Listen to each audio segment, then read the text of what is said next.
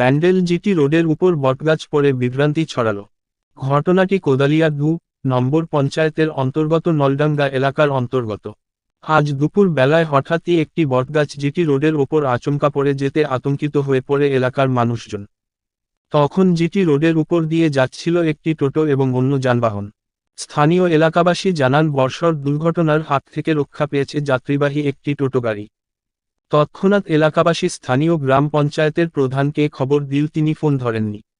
তারপর তারা অন্য মাধ্যমে পঞ্চায়েতের অন্য সদস্যকে খবর দেওয়াতে ঘটনাস্থলে ছুটে আসে কোদালিয়া ২ নম্বর গ্রাম পঞ্চায়েতের প্রাক্তন প্রধান বিদ্যুৎ বিশ্বাস। তিনি তৎক্ষণাৎ লোকজন নিয়ে এসে রোডের উপর পড়ে থাকা বটগাছটি কাটার বন্দোবস্ত করেন। ঘটনার খবর পেয়ে ঘটনাস্থলে উপস্থিত হয় ট্রাফিক পুলিশের আধিকারিকরা। তারা যানবাহন নিয়ন্ত্রণ করতে থাকে। ঘটনার পর থেকে বর্ষর দুর্ঘটনার হাত থেকে রক্ষা পেয়েছে বলে জানান এলাকাবাসী।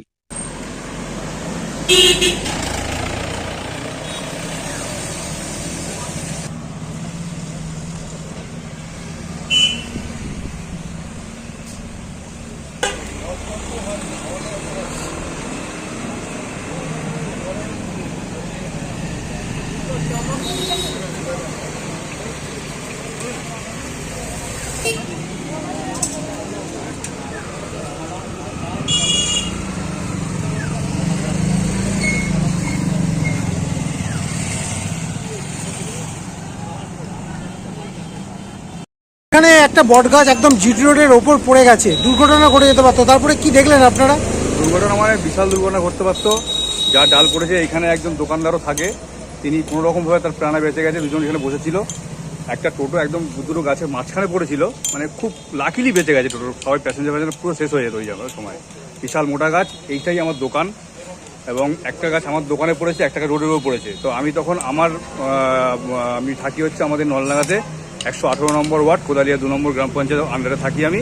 তো সঙ্গে সঙ্গে আমি ফোন করলাম আমাদের প্রাক্তন যে সদস্য ছিল বিজন মল্লিক, তাকে ফোন করলাম। সে কলকাতা ছিল, সে আবার ফোন করলো আমাদের যে এখন যে প্রধান, সেই প্রধানকে ফোন করলো। তো ফোন সে তুলতে পারেনি, যে কী কারণ তুলতে পারেনি জানি না।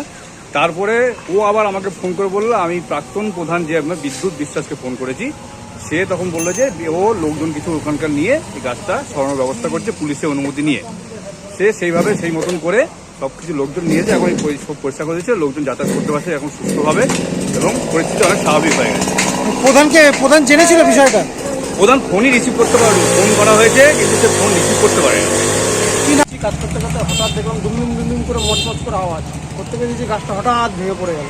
যা কেউ পড়াতে কেউ জখম বা আহত কিছু হয়নি, কিন্তু এরকম জিটি রোডের ওপর এরকম বট গাছটা পড়লো যখন তখন তো দুর্ঘটনা ঘটে যেতে পারতো, কিন্তু হয়নি। যাওয়া এটা আমাদের একটা কপাল বলতে পারেন, খুব ভালো।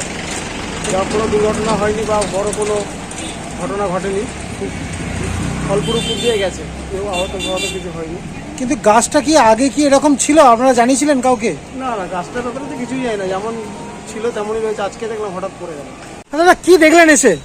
এসে দেখলাম বলতে এখানে জনগণ সবাই প্রধানকে ফোন করছে শুনলাম। হ্যাঁ, আসছে না, প্রধান আসছে না। তারপরে এই আমাদের ওখানে এই প্রাক্তন প্রধান, হ্যাঁ,